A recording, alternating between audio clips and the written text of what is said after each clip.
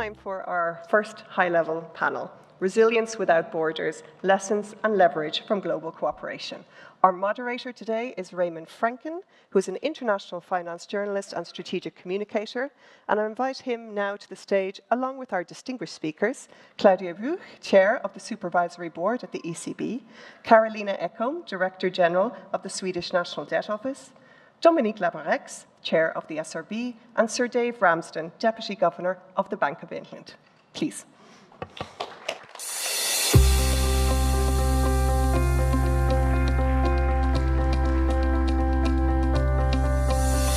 Thank you, Susan. And while the panelists are taking their seats, we'll have the first question straight away for the audience. So I ask you to get out your phones and to go to slido.com. We have one question, basically giving all of you the opportunity to share a brief comment on what you think is the biggest takeaway from what we've achieved in Europe on bank resolution in the last 10 years. Are we seeing stronger institutions? Are there still gaps in cross-border coordination? Liquidity, is that still the weakest link? Or do we really need more simplification of this, what some people call an overly complex framework? So please, let's have some votes. We'll have 3 minutes to vote. And I think everybody agrees that we indeed do have stronger institutions, but there's still some work to be done. With that, I'll take my seat as well. We'll have 2 panels this morning. The second one will specifically look at the European Banking Union and what we need to do in Europe. The first one will very much look at the international framework. And we have representatives here from the Bank of England, from Sweden, and also from the ECB. Ms. Buch, if I may start with you. You are the chief supervisor for the European supervisory mechanism for the banking sector in Europe. That's a different pillar than bank resolution. How does your interaction with the SRB, or with the single resolution mechanism look like from Frankfurt? Well, thank you very much, first of all, for having me here. And before I answer that question, I need to say happy birthday.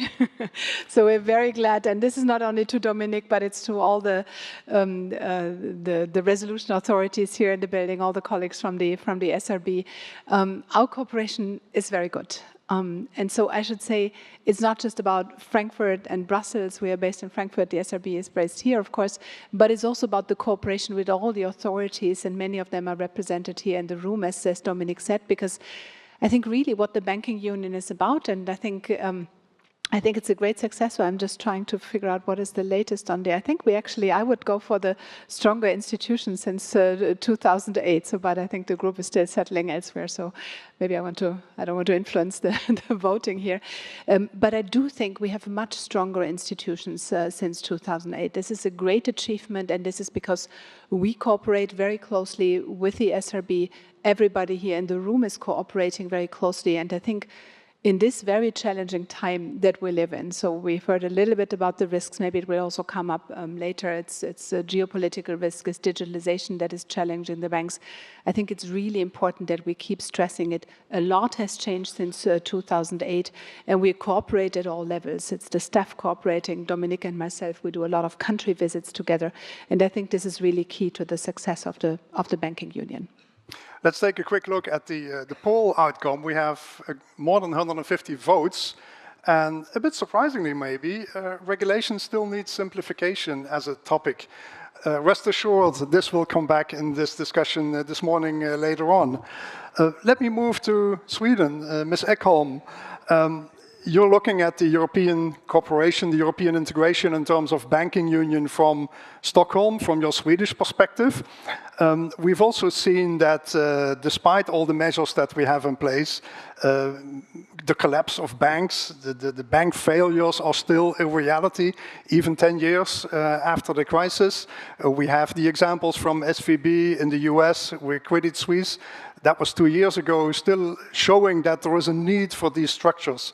When you look at what has been set up in Europe, how does that affect your domestic organization in terms of bank resolution? Well, of course, several of our banks are also active within the banking union. So we have a lot of ongoing cooperation with the authorities in the banking union. But regarding the crisis that we have experienced, of course, that was a bit of a stress test in a way. So we weren't directly affected, but of course, like many others, we followed very closely how the relevant authorities were dealing with the bank failures that we had in the US and Switzerland. And especially with the view of trying to see whether they encountered any obstacles to carry out or to deal with these banks in the way that we have set up the system or the framework to do. And I think, of course, we noted, as everyone else, that there were some deviations from what we expected, given the framework that we have.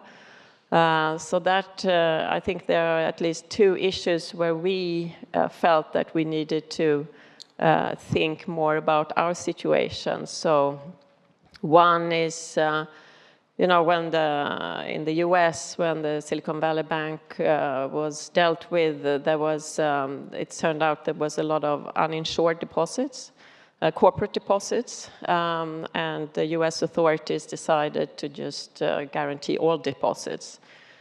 So that was something that made us look at what do our banks look like, how does their funding look like. I mean, in our case, there's actually quite small, it's not a very significant share that is uninsured deposits regarding their funding, and it's very concentrated to the very large systemically important banks that we would plan to put into resolution anyway. So, but that was something that we needed to look into. And the other issue is, of course, the uncertainty that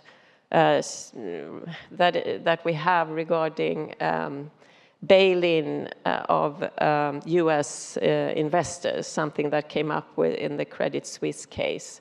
And there, I think we have some concerns because our banks are heavily dependent on market funding. A lot of that is in US dollars, so it may very well be that some of these capital instruments are in the hand of US investors. So here I think there's an instance where international cooperation is very, very important, not only within Europe, but of course also with our American counterparts and all around the world. And I think there we do have also structures. I mean, Dominique is, of course, chairing a committee in the FSB framework. So I have very good hopes that we will manage to clarify this eventually. Bail-inable debt at US institutions, of course, one telling sign that we need that international cross-border cooperation, not just inside Europe, but also on a global scale. If I may, Bank of England, Sir Ramsden, how has your resolution playbook evolved in the last few years? And how do you view the resolution structure that we now have in place in Europe, also in the context of the separation we've seen between Europe and the UK in terms of Brexit? There's a lot to answer there. First, I want to join others in saying happy birthday to the SRM. I was actually, and please call me Dave throughout. I was actually the chief economist at the finance ministry at the Treasury during the global financial crisis. So the contrast between how we've managed to develop things in Europe, whether that's in the banking union or in the UK or in the US since then, the contrast couldn't be more stark. When I think back to my role back during the global financial crisis, there was no framework in place, globally or nationally. So there were two ways to deal with a failure. You could let the bank enter insolvency and allow for huge disruption, or you could bail the bank out with taxpayers' money. And in the UK, we chose the second option. We safeguarded financial stability, but at a cost of £137 billion. Meanwhile, the key second feature that we don't have now was the international fragmentation of the authorities' response. I can remember well when Lehman's failed. I was in a meeting in the finance ministry, and we were thinking what to do very much from a UK perspective, rather than having had a whole lead-in of international discussions and cooperation. And that fragmentation amplified uncertainty, and that led to bigger economic and fiscal damage because you get that classic financial instability amplifying the impact on the real economy. As Luis de Guindos was pointing out, the bank sovereign nexus, in the 3 years from 2007 to 2010, net debt in the UK went from 40% of GDP to 80% of GDP. So that just shows you the direct and indirect effects. And compared to then, now things are fundamentally different. First, we have, I think we got a very eloquent exposition from Dominique of what has been possible in 10 years for the SRM. And we have something similar with our resolution framework and resolution strategy, which I should stress, the Bank of England is the resolution authority in the UK, hence I'm here today.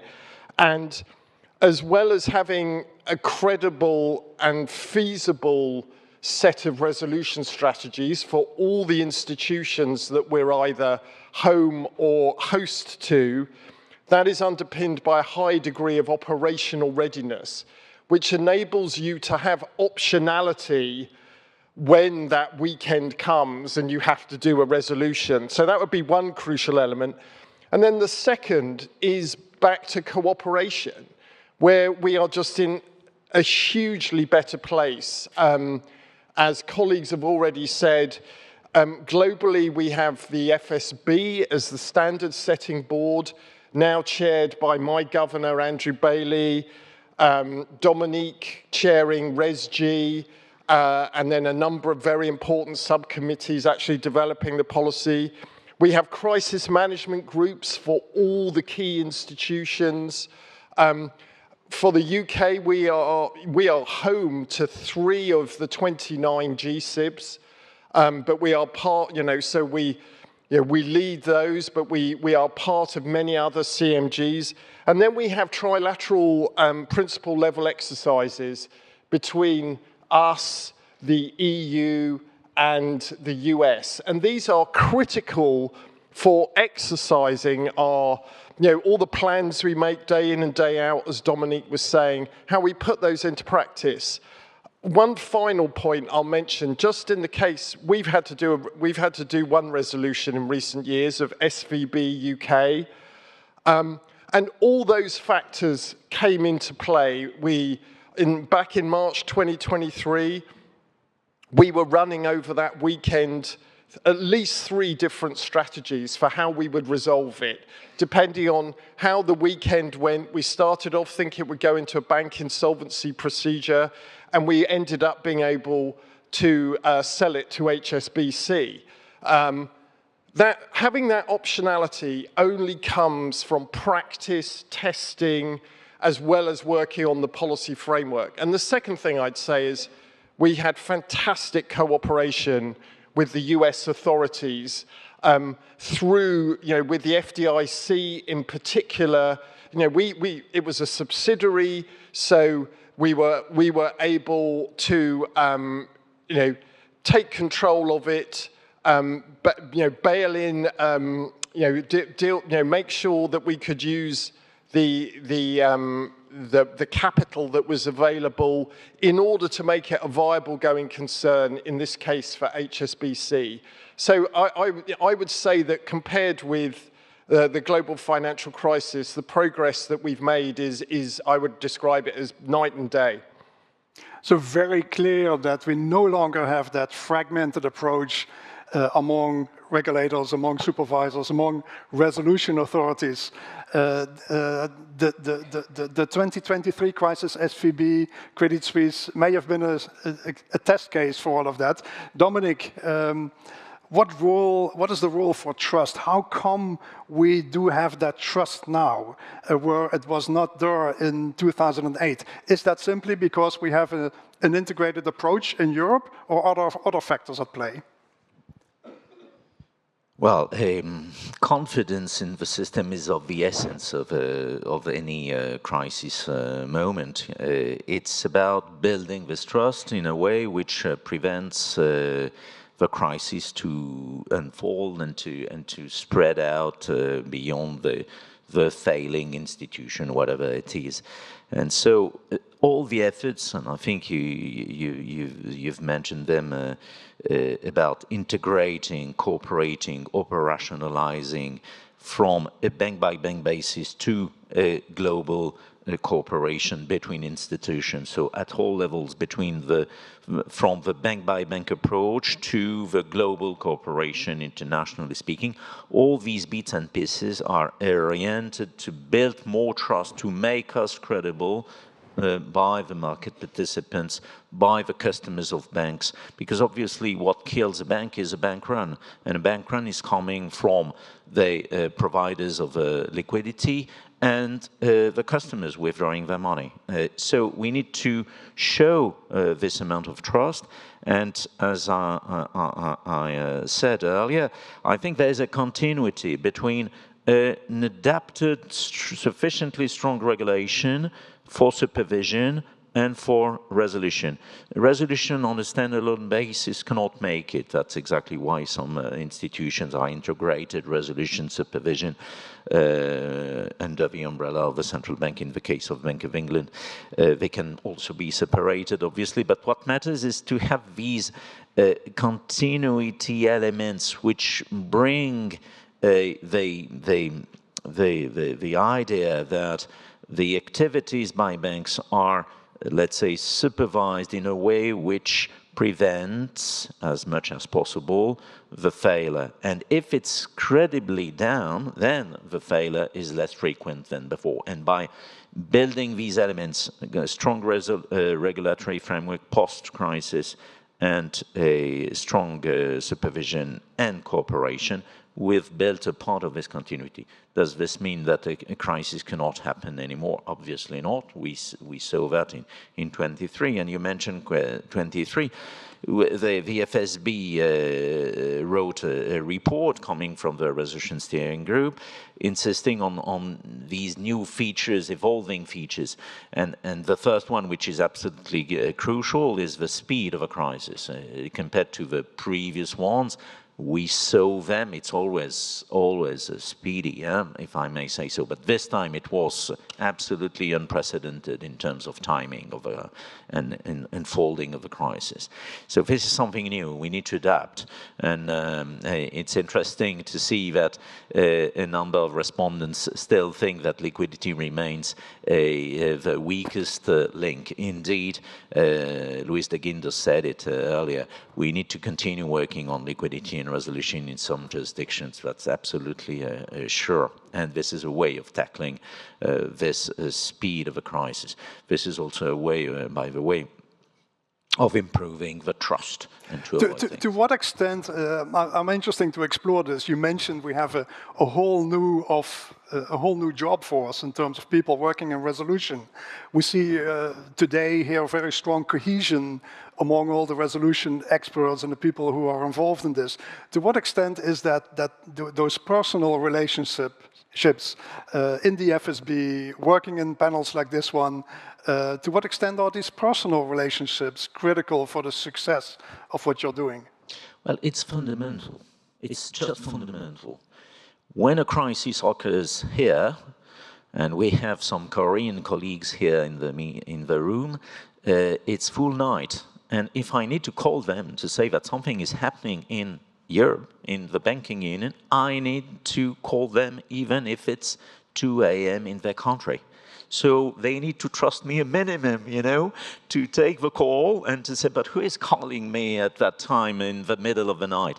So it's exactly one of the reasons why we have so many occasions to meet, to gather, to compare notes, to be sure that at the minimum we'll be able to work together.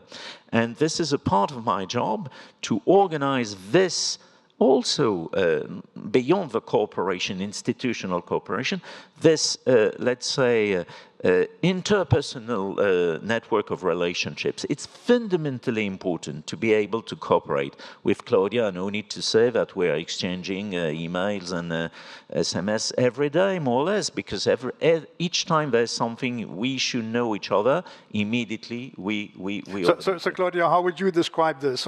Is this pure institutional cooperation, or is this a genuine operational trust? No, like Dominic just said, and also I said it at the beginning, it's not just in mind. I mean, you can write it down, you can have institutions, you can have a formalized setting of how you interact. But in the end, it matters that people know each other, that we meet regularly, and this needs to be at all levels of the organization. No, if we would have nice panels here and nice country visits, and if that's it, then it's not enough. I think it's also our staff members that work together very closely. So this trust amongst people, I think this is key, and we are always working on this to keep all channels open, also internationally. But let me say, when we talk about trust and lessons learned from 2023, as you've mentioned, I think it's also important to see that, of course, the banks went into this episode much stronger than before, so with better regulation, better supervision, better resolution, which also is aligning incentives, and of course also better risk management within the banks. And I think this also led to trust of the markets into the European banks, which was stronger than it had been during the global financial crisis, the sovereign debt crisis. And I think this is really key, and this trust can also be fragile, so we need to do everything that we can to preserve it. So for me, one lesson that I also take away, apart from the need to cooperate and to be in touch, one lesson that I also take away from this crisis is that, first of all, to be aware that the trust in the global financial system was also restored because there was pretty strong fiscal and monetary policy intervention. So that also contained the contagion during this episode. So I think this is really important. And clearly, and you can see this also from the reports of the US authorities, we need to also, there was a big lesson for supervision. We need to be strong, we need to be vigilant, we need to follow up when we have significant findings. And this is clearly a lesson that also the supervisory community has taken away from this. Let's move on to Sweden. I understand that you recently hosted a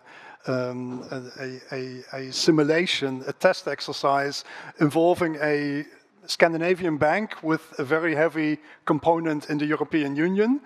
Can you describe that exercise and tell us what you learned? What was the outcome? Well, to begin with, I have to emphasize that Sweden is part of the European Union. We're just not part of the euro area. Of course. But, no, but yes. you have banks doing business in the euro area. In the euro area, absolutely.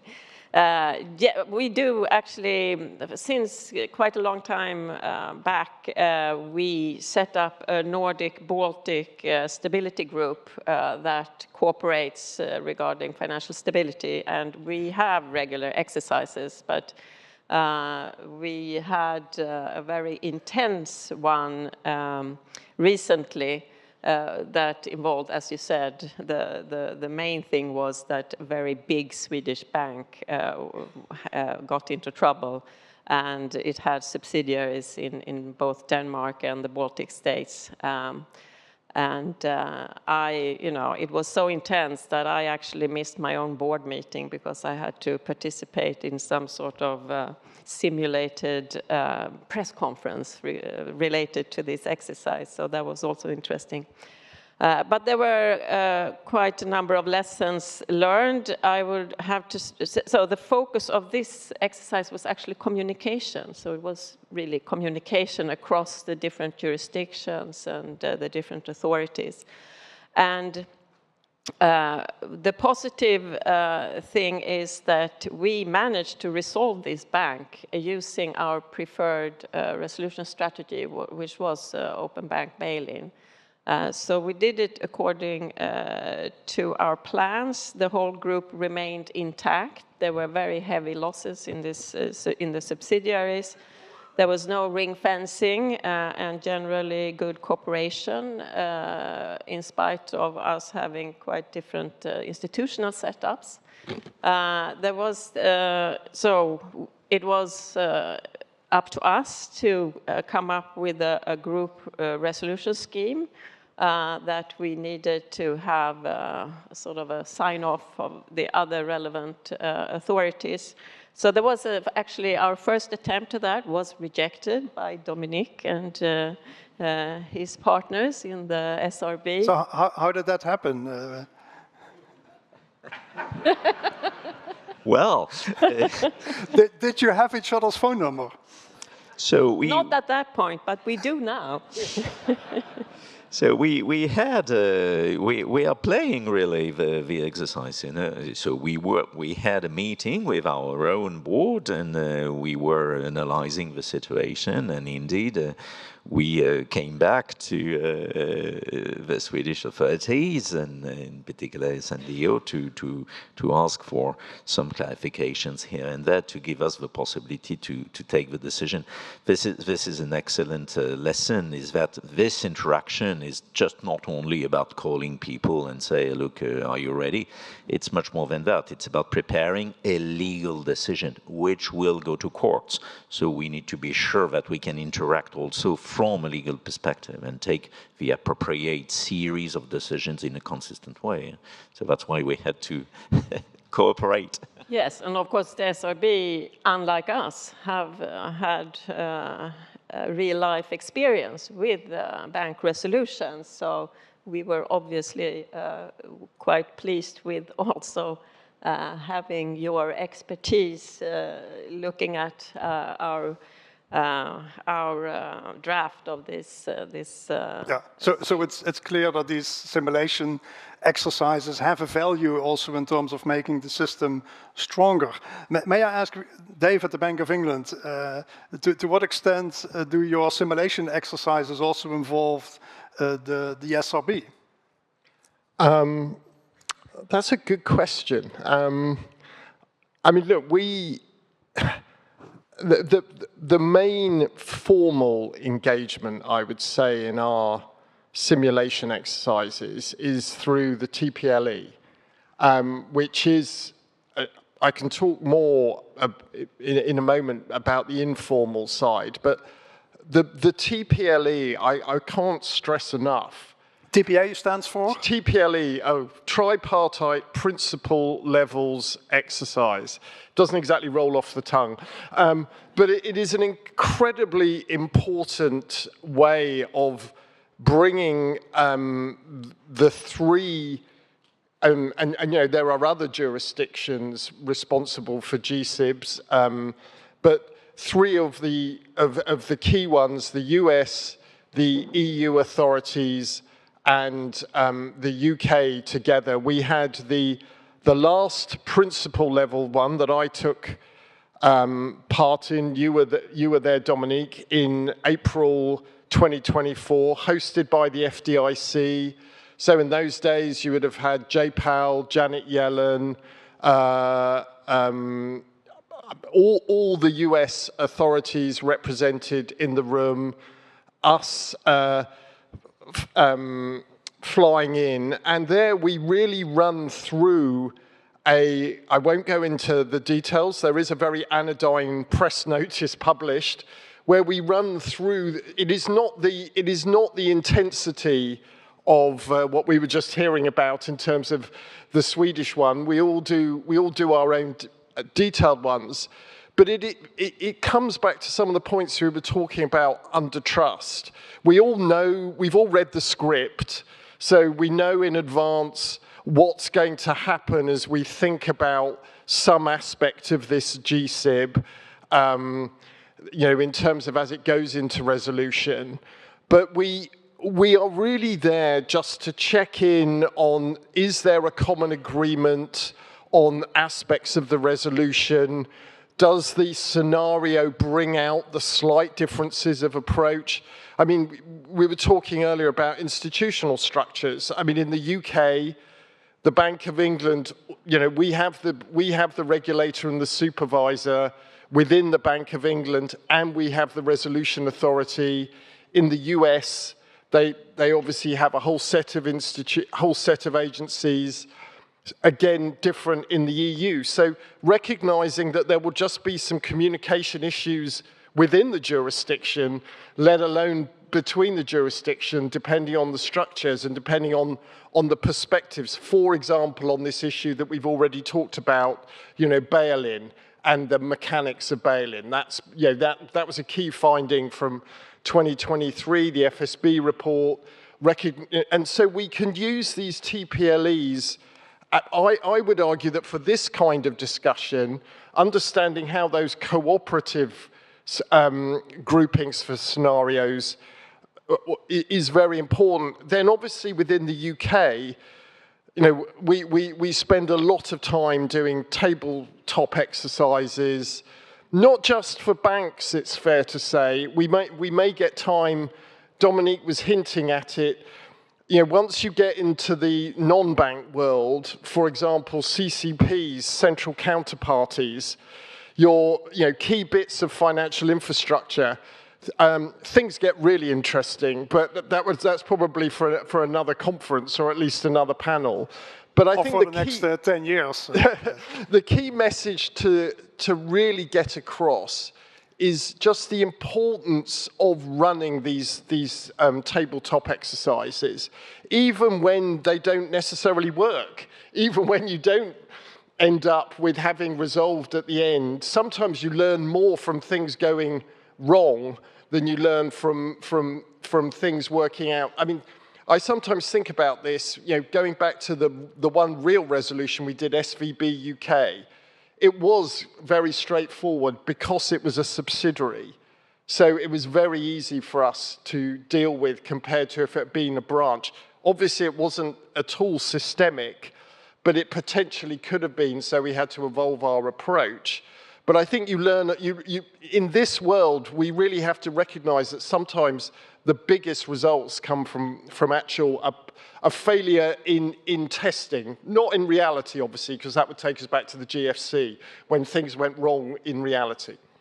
Dominic, you also chair the resolution group at the FSB, the Financial Stability Board. In those conversations, what gaps do you still see when it comes to international cooperation? Well, as I said in my speech, the thing is that the risks are evolving themselves. So it's not because we've reached a good level of understanding on common elements that they will stay untouched in the future. And so that's exactly the reason why we've, at the request of the FSB, decided to launch a sort of strategic review of this group to see exactly where we should go in the future about the level of cooperation within this group, which is expected from the Financial Stability Board. So certainly there are elements where we can do more, we can do better. And I think it means two things. The first one is certainly to deepen some elements of the framework, and this is already in our work program. You mentioned one of them, which is this bail-in recognition, or more broadly, the recognition of the resolution tools by all the authorities. And it's a complicated issue because, you know, between the resolution authorities to recognize the measures taken by the Bank of England as a resolution authority does not create a lot of difficulties for me. I understand, I know, and I trust. But for the legal framework in this country or in that country, depending on other authorities, this can raise an issue. So we need to be sure that this strongest tool, which is called the bail-in tool, is well accepted and recognized by all the authorities. It should be the case because all the main jurisdictions, members of the G20, have adhered to the key attributes of the FSB. And this is a second element of this work at RESG, is to be sure that we implement, that we operationalize what we've discussed from, again, an abstract perspective in real life situations. So this is also an angle we would like to develop.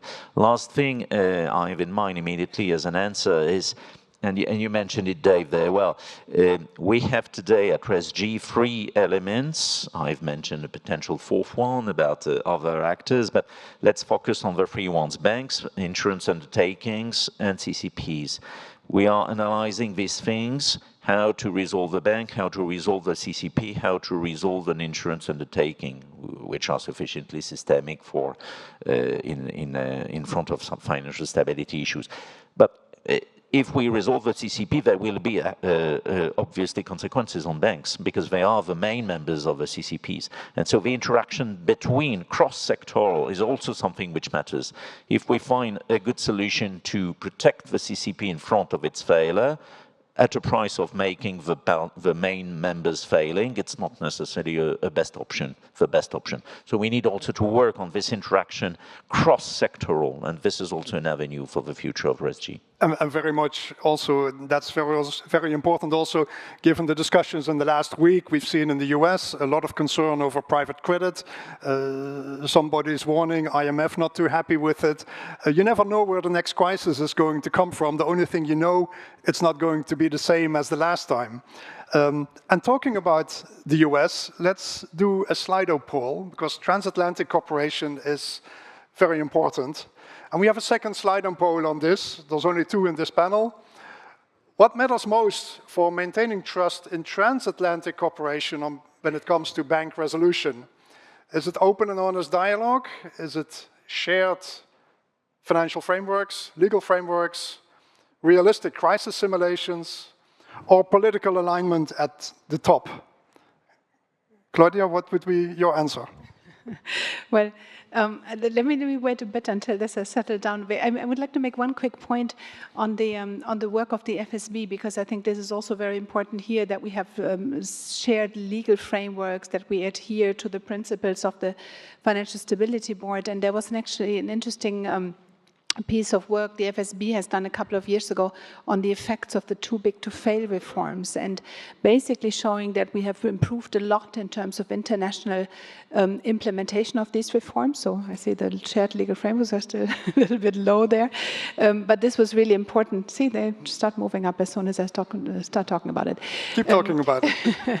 And so I think this was really key, that we have the FSB key principles, they are implemented, this implementation is being monitored, and also the effects of these reforms are being monitored. And there was interesting work showing that actually the pricing also of these bail-in instruments is gearing the system towards better internalizing the risk of failure. And that was, I think, really a positive piece of news. But as also the Vice President has said, there's more work we need to do in Europe to really get to the point that we fully implement the reforms. There's missing elements in this these frameworks, most importantly, of course, to break the bank sovereign nexus, which is the big promise of these reforms. That's European deposit insurance. But meanwhile, I think this has settled.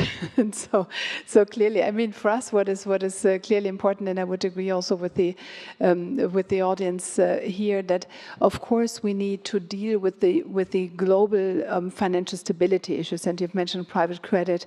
We've looked at private credit. How well are the banks able to actually understand their exposure to private credit? And we have many data gaps in this area. Are they? So the financial, are they able to understand it? Hold a second. Yeah. So the banks, just as we do, just as the authorities do, and the Financial Stability Board has been pointing to that, do have difficulties to look, beyond their immediate counterpart to counterparty risk, to leverage building up in the system.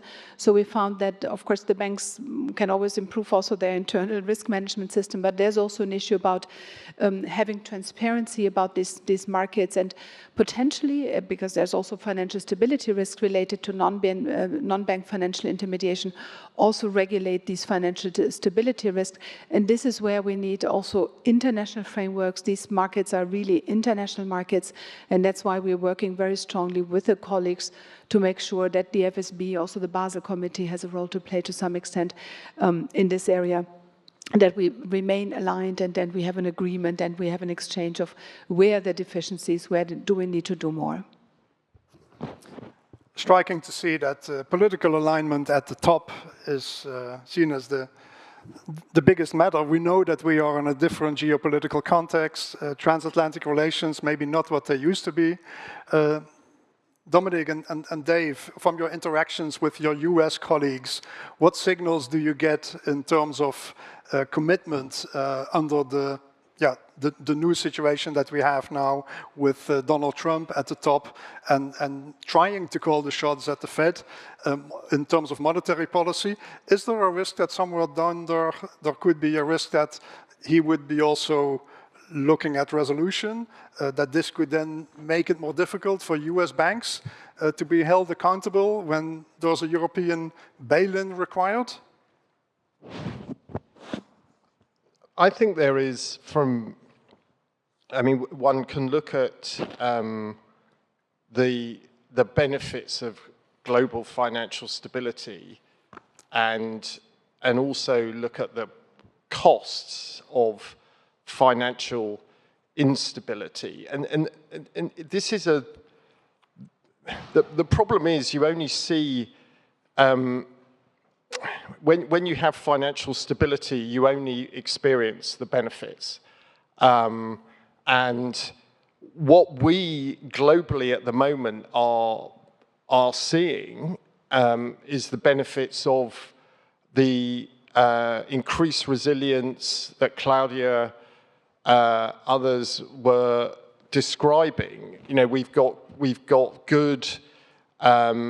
strong, proportionate regulation and supervision, and that is a global public good. And the reason I say that is because I think that is recognized by everyone.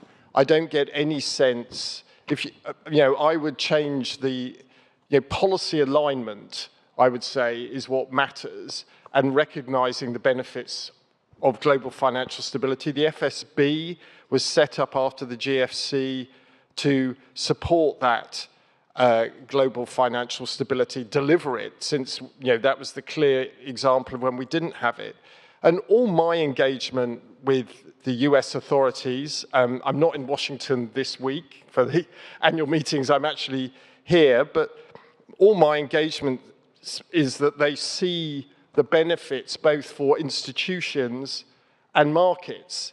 And that therefore then sets the tone for all of us when we're approaching, for example, a CMG and for a GSIB.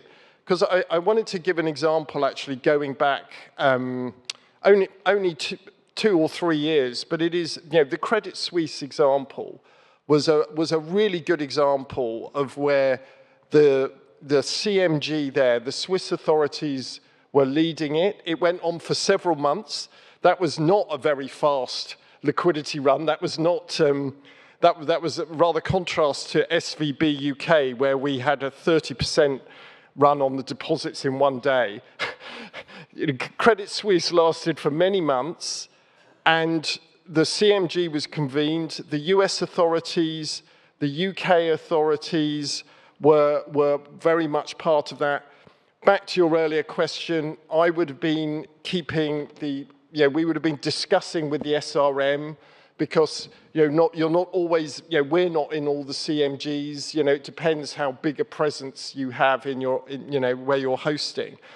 But I think that gave a recent example, and then Claudia has mentioned the follow-up in terms of the excellent work the FSB did, of where there is that understanding, that trust, and that belief that if you do have financial instability in an institution, but then increasingly in markets, and this is the other point I'd make, even more than with the GFC or even more than with 2023, when you're seeing increasingly that markets are not just being made by these GSIBs, but they're also, the counterparties will be more like NBFIs, hedge funds, or private credit will be involved, you need to think about how do you have that common understanding and sensibility that goes wider than the institutions we're used to dealing with. But yeah, back to your initial question, I think there is a strong shared commitment to financial stability. Dominic, how strong is the SRB alignment or the US authorities' alignment with the SRB? Yeah, well, let me be extremely clear and concrete. For the moment, the US authorities and the new administration are cooperating like the previous one. We've not seen a change in the participation in working groups, so there is an agenda about deregulating some US rules, etc. But the cooperation itself, for the moment, I cannot say that there is a change which is visible. Perhaps there will be one, I don't know, but this is not the case. And why? No need to repeat what Dave said. I think it's absolutely well understood at our level, that's to say the authorities, because the question is about the political level. We are not at the political level, we are at the let's say authority level, but at our level this notion of interaction between the different players, the financial stability as a common good, which with no borders, is absolutely well recognized. If a US GSIB fails, there will be consequences in the UK, in the banking union, and even in the other European members of the European Union, and elsewhere, in Asia and elsewhere. We know that. But the US authorities know that if a GSIB from the banking union or from the UK or from Japan fails, there will be replications in the US markets due to the interconnection and the level of activities, joint activities between all these players, also inside the banking sector and outside the banking sector with the new players. So this is well recognized and assessed, and that's why we need to have an open and honest dialogue. We need to organize realistic crisis simulations and to, if possible, to share our legal frameworks even better. The bottom three are even more important than the top one here. Just a follow-up question on the potential issue that still needs to be addressed looking forward to the next years. What if there were a scenario where a European GSIB needs to be resolved, but US investors, US shareholders in that European GSIB need to be called on to bail in the European bank? Is that a scenario that is clear to all parties involved, or is there still something that needs to be improved? Well, what is clear is, what should be clear for all the shareholders and investors is that we have been equipped as authorities around the globe with extraordinary powers for, let's say, taking the lead instead of them, shareholders. We decide instead of a General Assembly, to be entirely clear, as an example, for preserving financial stability and without the possibility to ask the taxpayer as to contribute, as it was the case in the past. So these are the two pillars. Ability to act to preserve financial stability without public support. So this should be well understood by everybody. The shareholders, when they buy a share of the bank, they should understand that they can be wiped out by the mistakes of the bank. Obviously, if the bank is failing, it's not because the authorities make it fail. It's because there were governance issues, business models issues, or whatever. Credit risk, whatever. So the shareholders, generally speaking, know that they can lose their investment and even more, perhaps not be part of a final decision. For the creditors, it's a little bit more complicated, and that's why with clearly identified instruments, which are bail-inable, generally speaking, in the contracts themselves, we insert a clause, we ask the issuers to insert a clause of bail-in recognition. But in any case, legally speaking, it is recognized that for a number of instruments on the liability side, we have this capacity to bail in them, to absorb the losses and recapitalize. So that's exactly why, and I want to insist here because there is a permanent debate on the AT1s instruments as an example, should we keep them or not keep them, etc. If you look at the spreads for these instruments, they are perfectly priced by the market. They understand perfectly where they are in the stacking order, in the waterfall. You have the CET1 instruments, you have the AT1s, you have the Tier 2, you have the senior non-preferred, the senior preferred, and the protected other instruments. So the hierarchy is perfectly understood by the investors. So from that perspective, I think we are ready to act, and we are ready to be confronted with, obviously, protests and litigation risk, but this is part of a job. By the way, let me add something which is perhaps interesting here. Each time we've decided on a crisis case, we were sued. But each time we decided not to go for a crisis resolution decision, we were sued either. So, the best of both worlds. So it's very clear, you believe that the framework as we have it is very clear and recognized by the market, and all actors know what they can expect, regardless what their lawyers do or not. Yeah. May I ask, I mean, we're about to wrap up the panel, but I want to do one more round and basically ask all of you, and maybe Christina, start with you. What do you think is the one thing that we can do to even improve international cooperation among resolution people and bodies? Is there something we can still do? No, I think the key thing is to meet regularly and interact and engage with one another. Of course, the pandemic was a bit of a disruption, I think, for this work, because there was no meetings in real life or it was mostly online, and that doesn't really completely do the job, I think, because you need that personal interaction in order. Do we need a little phone book with the mobile numbers of all resolution specialists and authorities? Not all, but certainly I keep Dominic's phone number close at hand. But let me also mention one area where I personally, that has come up here, where I think there could be progress, and that's liquidity in resolution. I think that's something that we have discussed for many years, and I have myself tried to push for it. It came up in our exercise, and there, at least in Sweden, we have managed to take some steps forward to come up with a communication of a joint approach between us as the resolution authority and the central bank.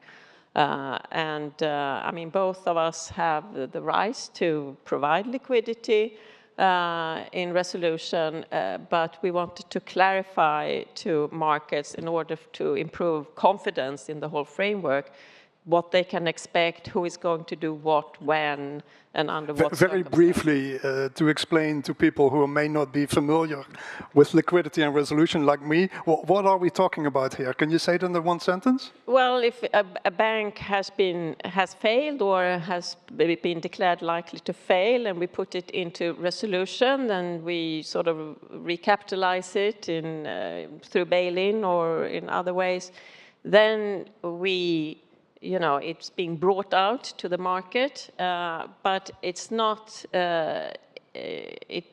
immediately clear that it will be able to provide for its own liquidity needs in the market from day one. So there is liquidity support during resolution at that time? At least until things have calmed down and it can just go to the market. Yeah.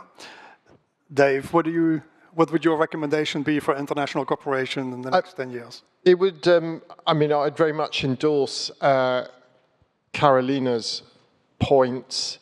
And on the banking side, which has been most of the discussion today, I just emphasize that we can't be complacent. We have to, for the next 10 years of the SRM, for the Bank of England as a resolution authority, for other resolution authorities, we have to keep on ensuring the trust is there, the testing is done, that the framework remains credible. I guess the thing I would add is in the NBFI space that we've heard a bit about. The non-banks? Yeah, non-bank financial institutions. This is an absolute priority for the FSB, I think rightly. That doesn't mean the job is complete. You can never rest on your laurels on the resolution of banks, but I think in the NBFI space, the FSB introduced, for example, a new global standard to support the orderly resolution of CCPs only last year. This is why it's such an important strand of Dominique's work, heading up ResG. I guess one other thing I would mention, in this evolving financial system that we are all operating in and having to deal with and be experts, this idea of a new resolution expert is stable coins. Andrew Bailey put a piece in the FT last week, as we're thinking, our thinking in the UK is evolving on the backing assets that stable coins will require. We're actively considering what that means in terms of their failure and how you would resolve them. So this is very much work in progress. But it's just an example of that the landscape is always changing, and we have to be forward-looking, looking into how that landscape may look in different jurisdictions, because obviously different jurisdictions may have and do have different approaches to stablecoin. But then we have to think about, well, what are the consequences for us? And we may have built up great understanding of each other's regimes for banks, but not necessarily in the space of CCPs, insurers, stable coins. So making sure, again, to preserve global stability, financial stability, that we are not only looking ahead to what's needed in our own regimes, but having discussions like this, to Claudia's point earlier, at every level of the organization, having those good relationships, that good understanding, so that then if stuff happens and it's something bad, you can pick up the phone or you can understand what the regime is and then work out what does it mean for you to have to deal with it. Claudia? Well, I agree with everything that has been said. I would like to add one layer, which is, you asked about trust and cooperation and meeting amongst the authorities.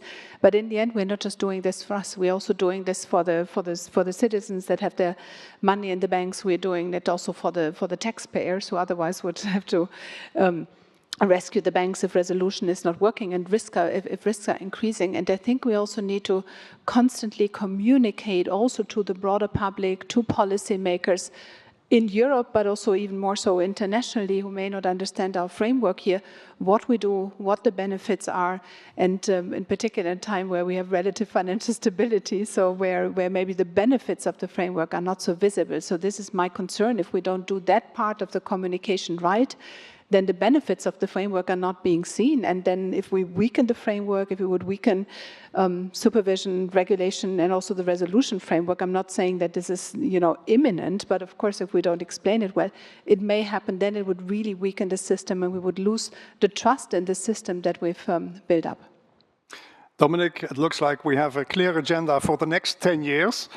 We have less than 2 minutes to close this panel. A final word from you? Well, I'm not sure to be the best place to conclude this panel, but I think we've gone